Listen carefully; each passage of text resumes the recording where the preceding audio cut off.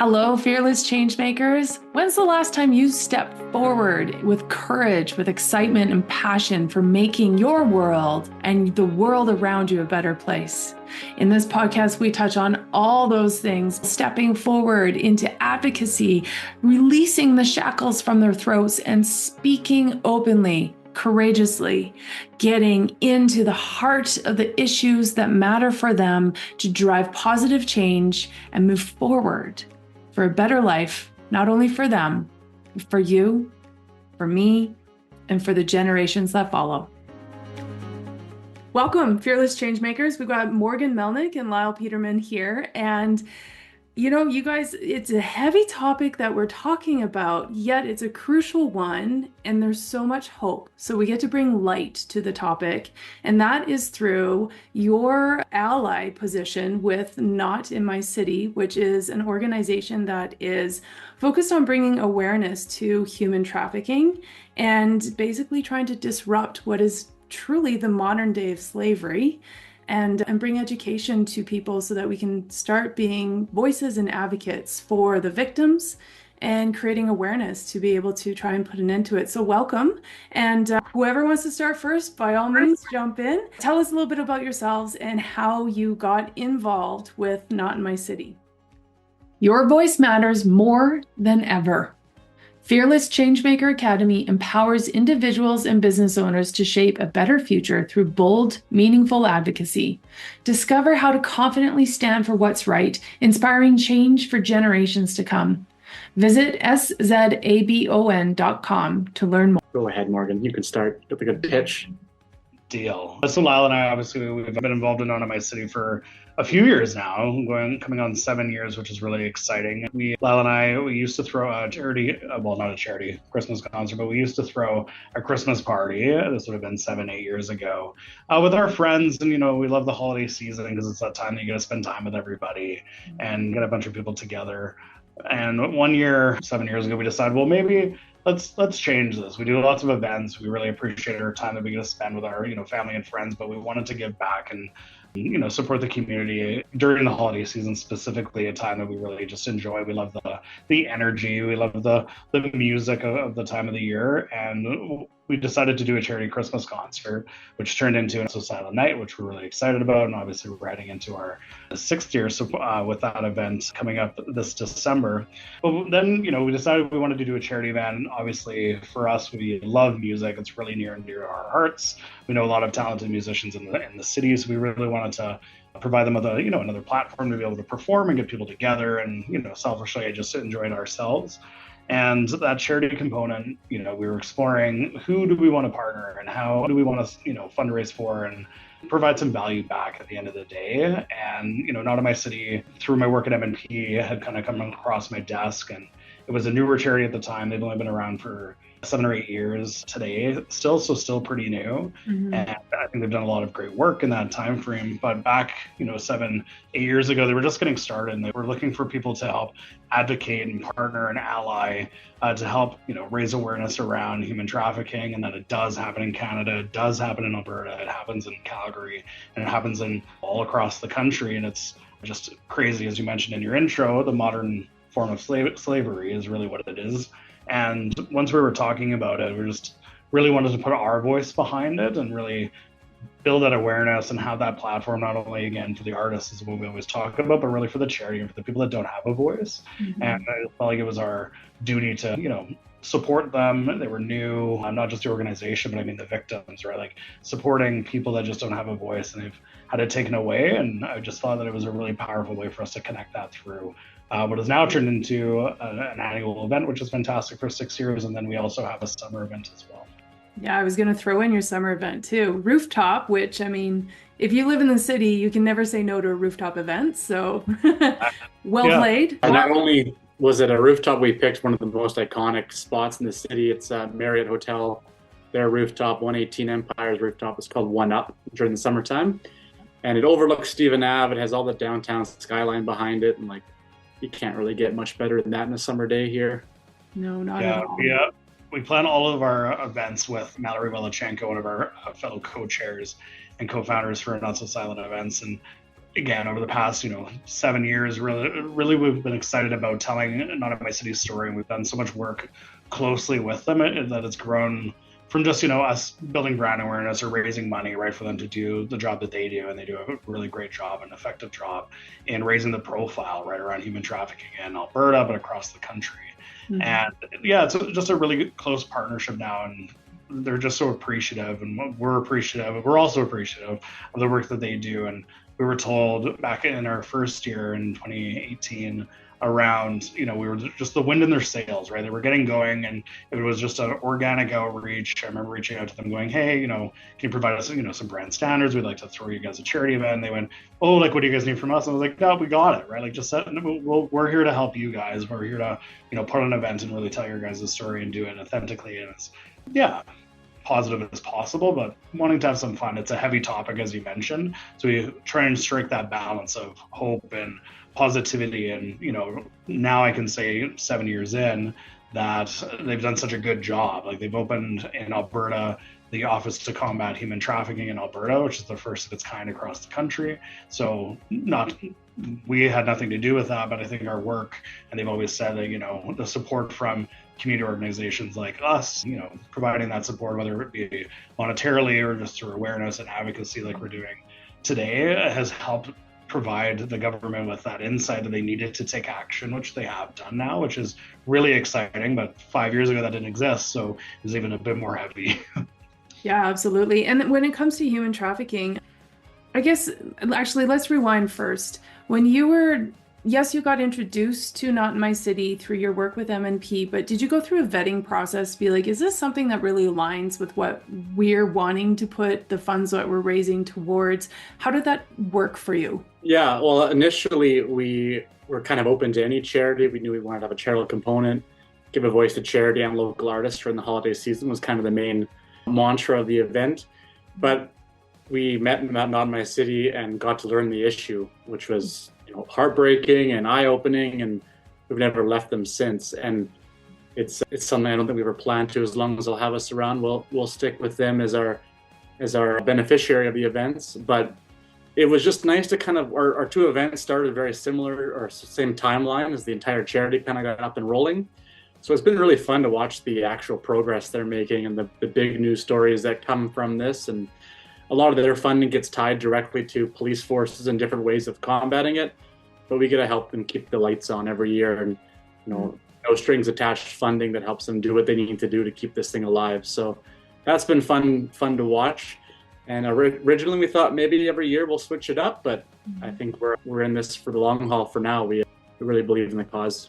Yeah, and I think the cause is important, and the biggest thing is I think the impact of the awareness that you guys have created.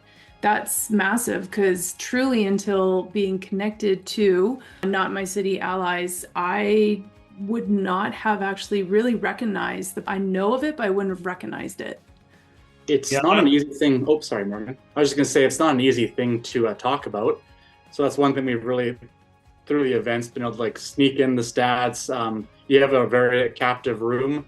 It's not a fun thing to chat about during the holiday season by any chance, but it's been really great. And then we've seen now allies who've come to our events, and now they've gotten more involved with Not in My City beyond our events as well. They're returning guests year after year, and it's great to see that community grow. And it's a community that needed to grow, and they need to find the right people to connect it. So that's it was all about being a grassroots, right, community-led initiative. And when we talked with Paul Brands and Not in My City, they really said that, right? They were excited that it was happening organically when we reached out to them. And part of that decision, back to your point, right, obviously we were evaluating charities, and Lyle and I remember us having our conversations about who do we want to support. And there's a lot of noble causes out there, right? But this one specifically, I don't know, just kind of broke my heart, to be perfectly honest, but just hit home because, as a marketer and active in the community with Lyle and I, we really wanted to put our voices behind people that didn't have a voice, and that really this issue didn't have a lot of awareness, right? There's a lot of terrible causes or medical issues, right? That, the heartbreaking stories too. But this one, I just really felt like we were doing a disservice as a community and not talking about it. And I really did, to your point, want to help raise that awareness as much as, the funds behind it. I think it was more equally as important important to raise the profile of the cause and the issue and bring people together. And to Lyle's point, we've had a lot of people that have been along for our ride, not only Not in My City, but also the events that we put on, and really do want to make that stand, right, to say that it's not okay, it's not allowed here, right? And that's where it needs to be to grow from the people. Yeah. And so profile, Paul Brandt, I mean, there's a profile there. He's nationally known, internationally known. I mean, as an Albertan, I sure hope he is. And so there's that connection piece. And I know he has a story too, where it was his work in the Children's Hospital that started to alert him to this issue, correct? Some of it. So he definitely was a nurse before being an international music sensation or a Canadian country legend. I would definitely say that he definitely is, in my opinion. I met him years ago and definitely was starstruck and all that stuff. And he's just such an authentic, humble person, right? Beyond being a superstar. And then him and his wife were traveling overseas. I think it was in the Cambodia area. And they stumbled across human trafficking that was happening there. And there was a foreign investment going on that they were going to build basically a trafficking building, for lack of a better word, maybe like a hotel, but basically a place where that business would just happen. And I think it was also happening in the States too. I may be having my stories crisscrossed, but essentially once they found out about it, he organized a group of business people, specifically in Canada, to fundraise the money to purchase that land away from the human traffickers to actually prevent that from occurring, right? So that they couldn't actually use that space or that building to do the business of human trafficking. So we really, him and his wife, Liz, they really wanted to proactively prevent that, right? Because Paul always say this, so I'm paraphrasing his words, is that once you know that it exists, it's like your obligation that you need to do something about it, and you wouldn't feel comfortable of knowing that that was going on and not actually trying to prevent it from occurring, which they were able to do, which is really kudos to them. And that was years before Not in My City was created, but really it was a journey towards his advocacy and obviously Not in My City. Yeah. Yeah, his story that sticks out, or his one-liner, is if he was to tell his daughter that story down the road and she asked him, like, what did he do about it at that time, then he wanted to have an answer for her. And it's a story he's told at a few events, but it stuck with me quite a bit, because just that taking action at the moment.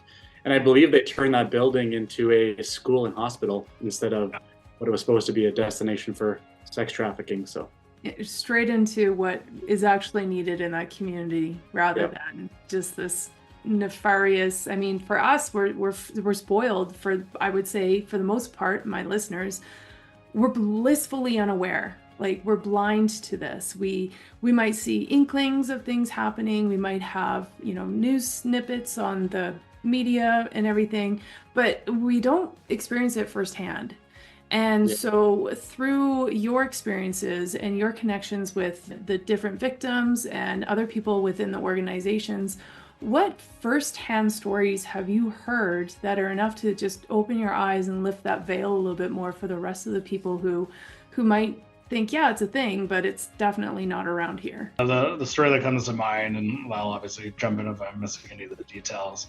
To me, well, I think we have a few stories realistically, but one that hits home of recent was at our last event in Not So Silent Summer. We had a mother of a daughter who was trafficked speak at our event, and unfortunately, and typically we like to have survivors because that's more of the positivity, right? Like being able to save somebody and getting them out of that situation, which is quite horrible. Unfortunately, in this situation, she lost her daughter to someone that was trafficking her, actually in Edmonton, Alberta. Died in a car accident while definitely being trafficked, which is heartbreaking. And she was the one who was telling the story about her daughter and how this could happen to her, right? And just making it accessible and contextualizing it for that audience. And she's participated in quite a few events with Not in My City, specifically with law enforcement agencies and the government, and pre them opening that office to combat human trafficking in Alberta was definitely a very big role in that, of how this actually happened. And that family, originally from Nova Scotia, just broke their family apart, obviously probably not too surprisingly because it's such a horrible story. And I just remember, a few things that she mentioned. One of what she was like, normally I get asked questions of, how did this happen? Was she from a broken family, stuff like that. She's like, no, we were happily married. She was Her daughter was in, an athletics program, probably on track to maybe be an Olympian at some point, and just made a few bad decisions with the wrong crowd, and literally was taken away and trafficked, which is just heartbreaking. And she was trafficked across the country, and unfortunately wasn't able to get out of it, which just devastated their family. Yeah. That's the one that sticks out for me too. And like Morgan mentioned, her background is what really gets you, because I think we just try and paint the victims into a certain criteria or coming from a certain background, and it really is just a few bad decisions away.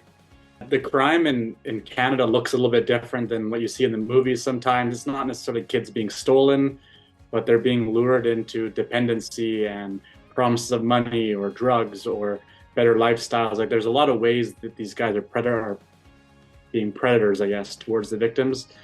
And it's a different crime in Canada, but it's here, and that's the scary part.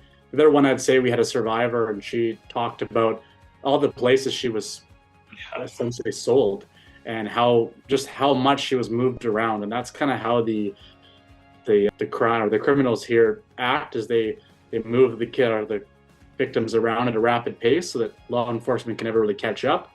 And that's part of one of the big work that the office was going to work on, is actually sharing communications across different provincial police forces, city police forces, everything like that. Because right now there was really no information sharing going on, and the criminals use that to their benefit.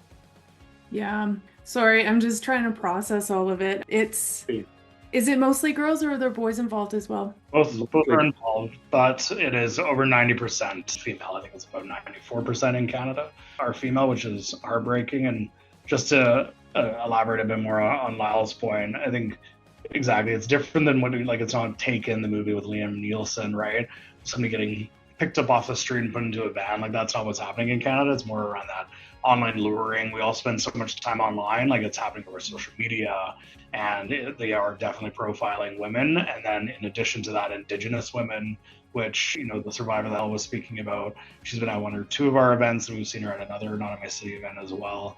And her story is just so powerful. She was able to get out. She was a survivor, but it took her years to do that. And she was trafficked over 5 different locations, 5 different provinces. It was probably more than 5 locations, 5 different provinces in Canada, before getting moved to New York. And exactly as Lyle mentioned, there's just too many gaps in the system, unfortunately, that isn't set up, and they're doing a lot of work around that. But she was in New York, and her pimp literally bought her a plane ticket home and went, "You need to leave now. You have to get out, or else you're going to die." And he did the right thing, saved her life by buying her a plane ticket back to go home, and literally got her out. But without that occurring, she probably would have passed away in the States and been another statistic.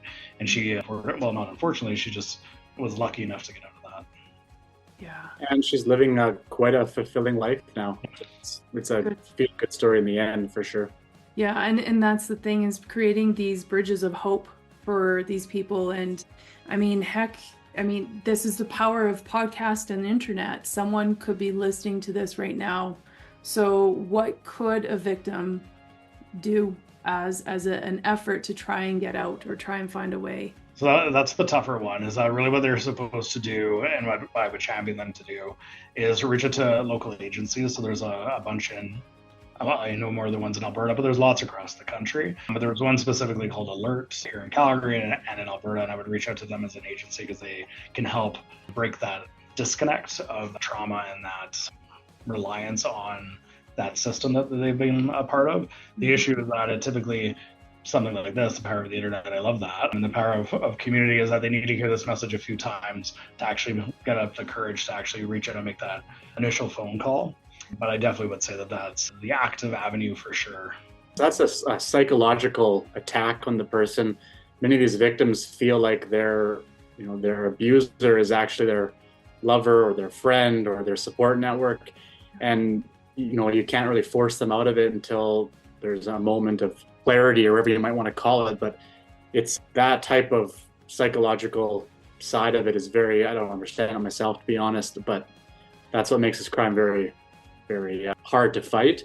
And sometimes the victims will find themselves out of it, and they'll go back, because there's just that security or that feeling of dependency that kind of comes along with a crime like this. So, well, it's also, unfortunately, it's what they know and understand too. So it's hard for someone to leave a home that they know into being a 20-year-old independent, right? So that's a very low example. However, there's transitions that have to happen at some point, and it's the support that's required and truly the community compassion that is demanded to be able to help that person step forward as they move through from one realm to the next.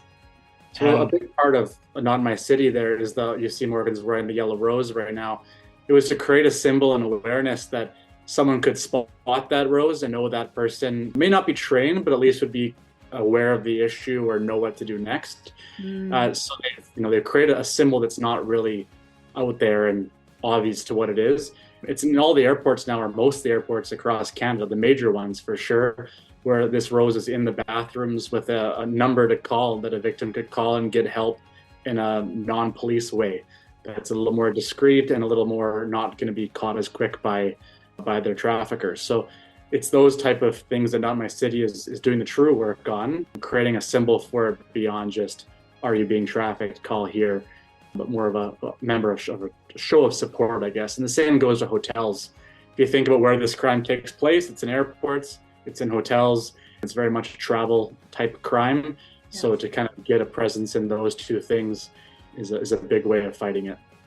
And we do a lot of work with Marriott in Calgary, specifically the downtown Calgary Marriott. That's where we host our summer event. And not only is it a great venue that obviously, has fun patio party in the summer with some great music, but in addition to that, Marriott are big fighters of human trafficking. So they do training for their staff members, which is really fantastic, right? So they're enabling their staff. And in Calgary, if you go to Calgary downtown Marriott, they'll be wearing pins because they're trained and they know who to contact.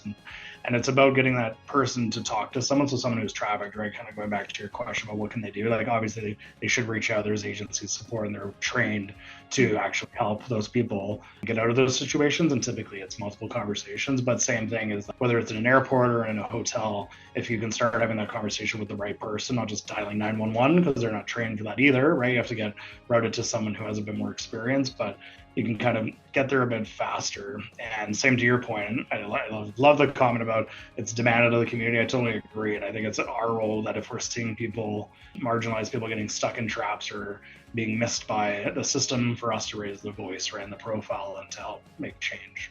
Yeah, absolutely. And I was going to ask if the hotels do some sort of training for their staff on that. And even just to be able to build this hospitality education program that spans every single hotel and hospitality group across the globe, because in the end, correct me if I'm wrong, but in the form of this trafficking, we're also using it as it's sex trafficking, obviously, but there's also I forget the term, but having that paid date on your shoulder at different events and all of those elements too. And it's that narcissistic, manipulative type control over a person that, you're not worthy without me, so then they don't leave. Yeah. The crazy thing too about it is that these victims, most crimes, there's a crime point, there's a profit point, but with these women or young men, I guess as well, they can just be sold over and over and over, which makes this such a low risk and high reward crime for the traffickers, and that's what they're aiming to disrupt there. Sorry. I was just going to say, and the number behind that, Lyle, right? We always talk about this at our events. So contextualize it as that people go, what is their money behind that? Like, how much money would somebody actually make, right? Like, is it worth it? And it's talking about numbers, right? But they make hundreds of thousands of dollars a year in Canada on a trafficked person, which is just mind-blowing to me, right? And when you hear that, that's just one person. And it's worse because the average person's age is a teenager, right? It's about 13 or 14 years, which is disgusting and heartbreaking. And that, just think of how many times, they would have to be sold or how many transactions would have to occur for them to make that money. And that's the power that we need to disrupt as a community and say that it's not okay, it's not welcome here. And those people who want to do that need to, stop doing it. But in light of doing that, do it somewhere else, because that's not welcome here. Yeah. as a female, as a mother of a young girl, I mean, such a disgrace and disrespect to the female person, and that, like, just complete disregard for what they have to offer in this world, and think that they're commodity instead. I mean, we witness it in some cultures across the world, but here, that's not our upbringing. That's not what we believe in. And it's so disheartening to think that that is still ever present and likely being enacted out by people who we would agree or believe to be raised the same way we were. Caucasian, white, European, birth lottery, all of those things. Skip the culture, right? It's not even a culture divide. It's just, unfortunately, sick and twisted people making money easy. Yeah. And a point you made earlier, I just want to go back to, you said it to the hotels that get special training, and they do, but not in my city. One of their projects was to get this training to anyone who wants it, regardless of what industry you work on. So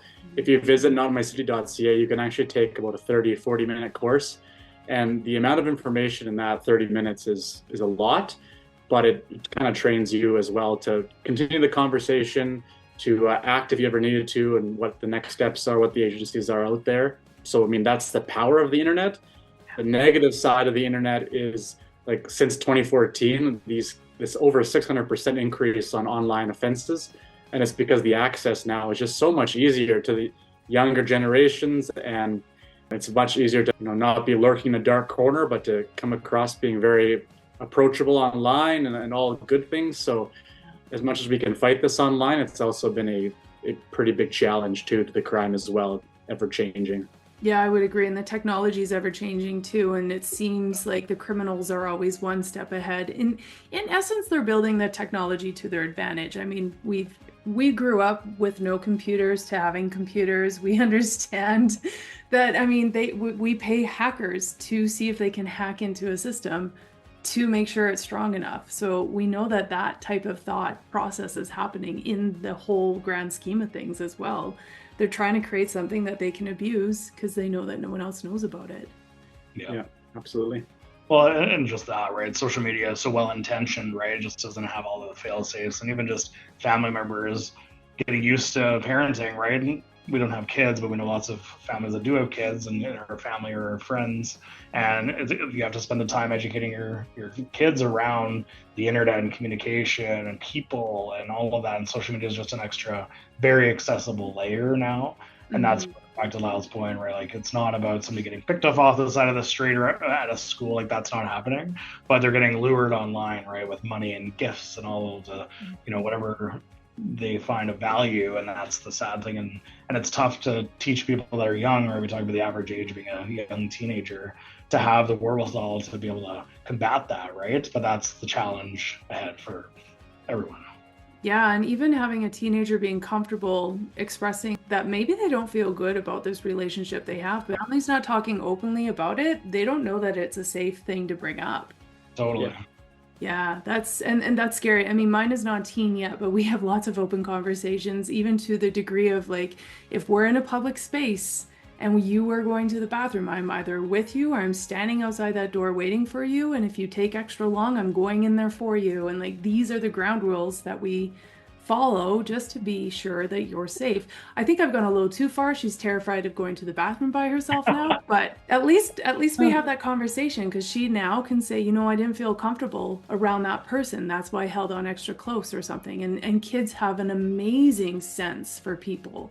And we need to allow them to actually learn and discover that sense so that they can have these spidey senses even on online conversations, because we feel it. We know when it's not above bar. Totally. Yeah. Let's talk about Not So Silent Night. December 5th, 2024. Yeah. It's coming up quick. It is. What have you got planned for your artists and all of your entertainment? Go ahead, Morgan. You've got the entertainment line at the top of your head, I'm sure.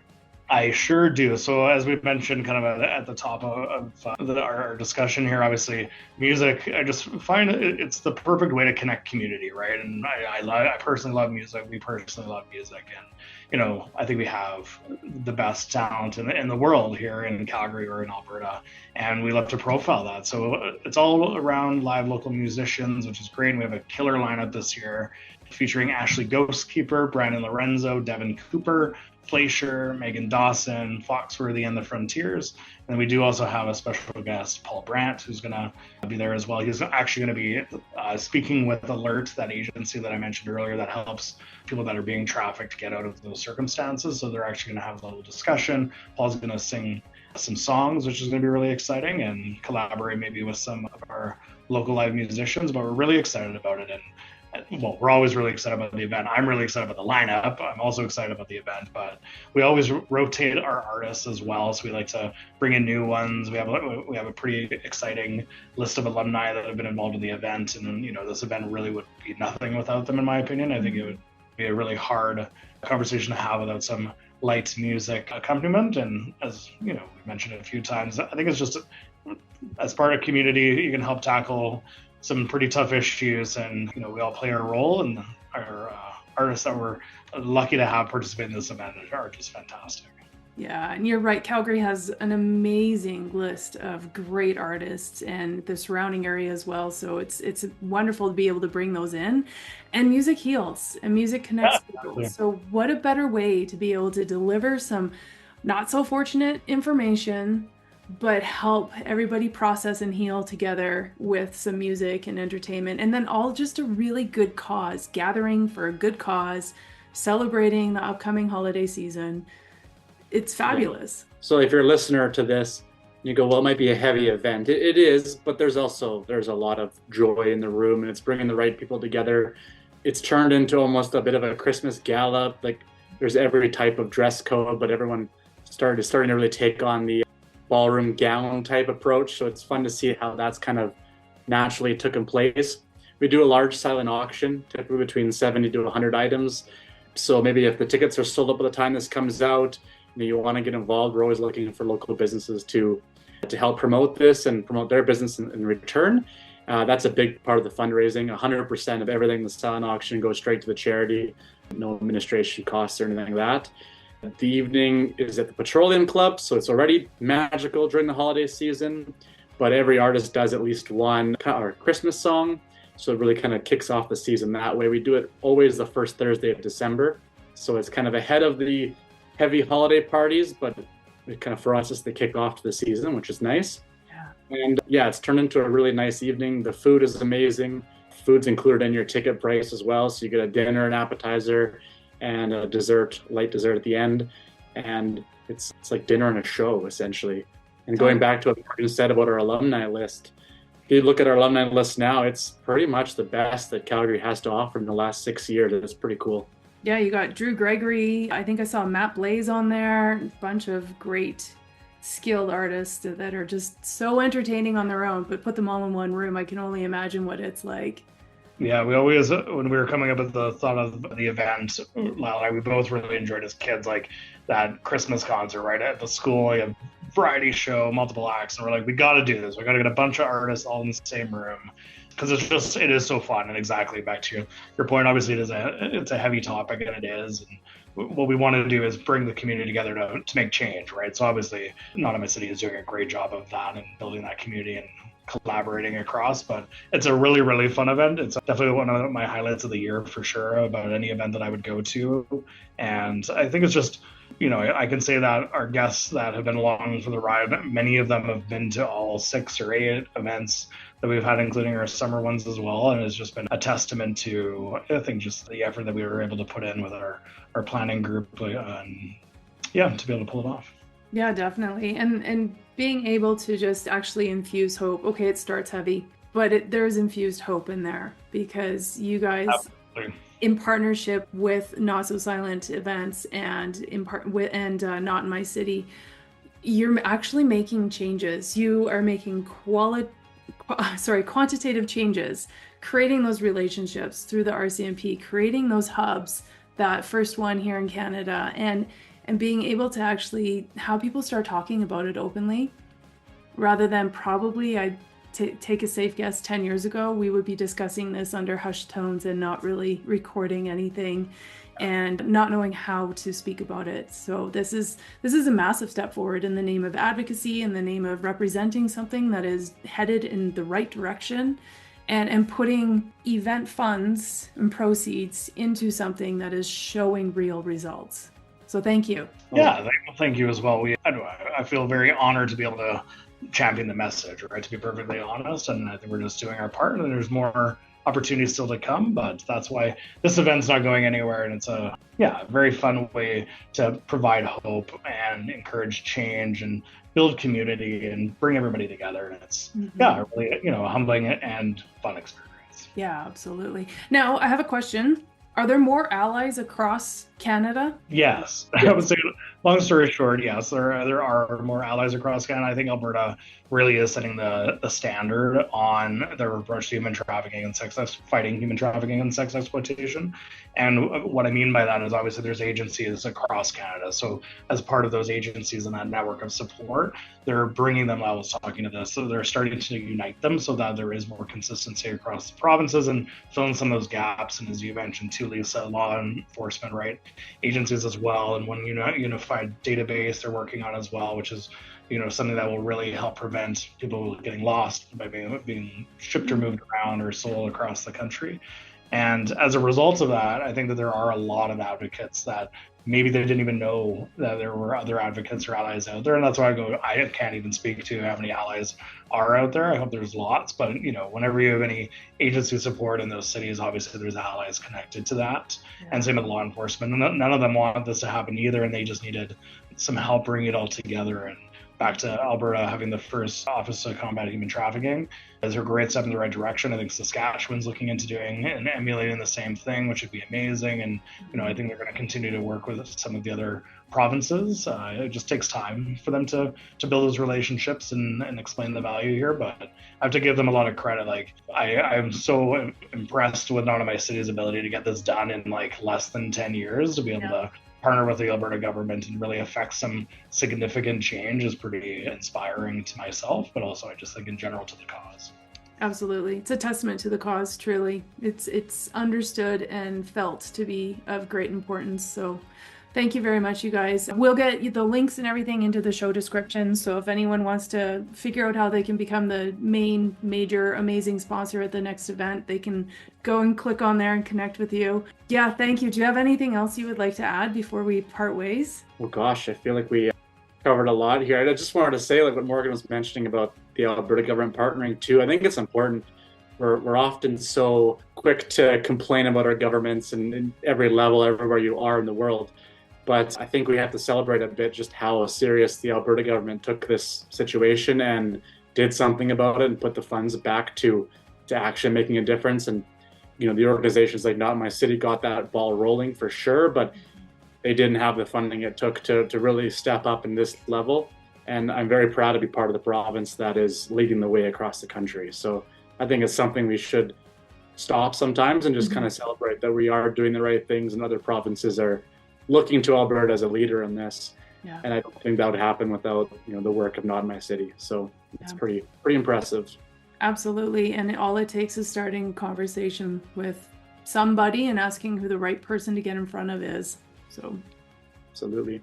Wonderful. Well, good luck to Not So Silent Night coming up in December. And then I know I'm sure you have some epic plan for the summer as well. So look forward to watching that, and hopefully one day can actually attend, but life's crazy. So I'll get there when I can get there. And well, to your point, our third annual Not So Silent Summer will be back at the Marriott. So we are excited about that. And I've already been thinking about which artist should be performing there. And we definitely are already excited about that one, but really excited to celebrate the holiday season and, do some good with Not in My City while having some fun. Yeah, absolutely. Absolutely. Well, thank you very much for being guests, and thank you for being fearless change makers, because we need more of those. And thank you for the platform. I like your comment. It's all about a conversation, so we appreciate the time with you today about having this conversation. Of course.